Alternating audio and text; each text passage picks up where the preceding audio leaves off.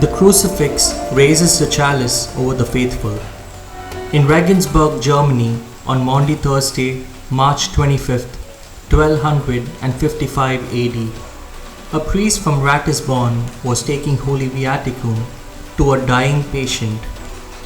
To reach the patient's house, he had to cross a stream. But upon arriving in town, he found the stream swollen from an unexpected storm. To help him cross, those with him placed a simple plank of wood over the water. As the priest crossed, he slipped and fell into the stream, and the ciborium containing the Holy Eucharist was swept away. The priest and his companions were deeply saddened by the loss. Upon hearing the news, the local community decided to act in reparation by building a chapel at the site of the accident. Construction began on that very day, and on September 8, 1255 AD, Bishop Albert consecrated the chapel. 2 years later, a miraculous event occurred within its walls.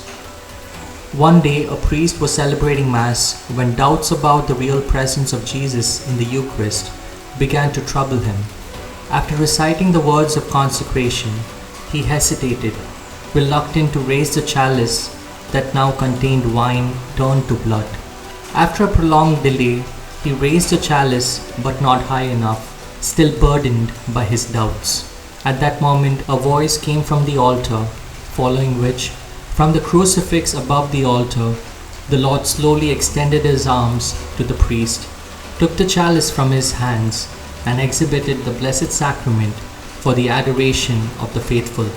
Witnessing this divine miracle, the entire congregation was filled with awe and wonder. The priest, overcome with repentance, fell to the floor before the crucifix and begged for forgiveness. As a sign of pardon, the Lord returned the chalice to him, and the crucifix returned to its original form.